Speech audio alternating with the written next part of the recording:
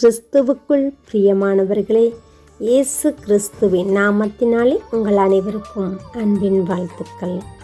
தேவனாகிய கர்த்தர் தாமே உங்களை ஆசீர்வதிப்பாராக. இந்த நாள் முழுவதும் ஜீவனுள்ள தேவன், வல்லமுள்ள தேவன் உங்களோடு கூட உங்களை ஆசீர்வதித்து நடத்துவாராக. இன்றைய ஆசீர்வாதமான தேவ வார்த்தை, கர்த்தருக்குள் எப்பொழுதும் சந்தோஷமாயிருங்கள் சந்தோஷமாயிருங்கள் என்று மறுபடியும் சொல்லுகிறேன்.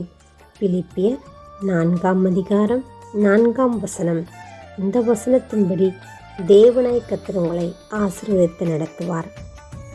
ஆம் பிரியமானவர்களே, பவுல் தேவ பிள்ளைகளுக்கு சிறையில் இருந்து எழுதுவதை பார்க்கிறோம். தன்னுடைய வாழ்க்கையில் சுவிசேஷத்தின் நிமித்தமாய் எத்தகைய பாடுகள் உபத்திரவங்கள் நேரிட்டாலும் தேவ பிள்ளைகளுக்கு ஆலோசனையாய் ஒரு தைரியத்தை சொல்கிறதை பார்க்கிறோம்.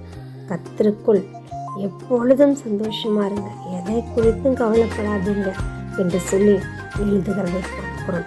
கர்த்தரிடத்தில் மனமகிழ்ச்சியாக இரு, அவர் உன் இதயத்தின் வேண்டுதல் எல்லாம் உனக்கு அருள் செய்வார் என்கிற வேத வசனத்தின் பிரகாரமாய் அவரிடத்தில் நாம் மகிழ்ச்சியாக இருக்கும்போது, சந்தோஷமாக இருக்கும்போது, எப்பொழுதும் அவரை துதிக்கிறவர்களாய் பாடுகிறவர்களாய் தேவனுக்கு பிரியமான வேலைசைகளாய் இருக்கும் பொழுது தேவனாய் கர்த்தர் நம்மை அளவில்லாதபடி ஆசீர்வதிக்கிற தேவனாய் இருக்கிறார்.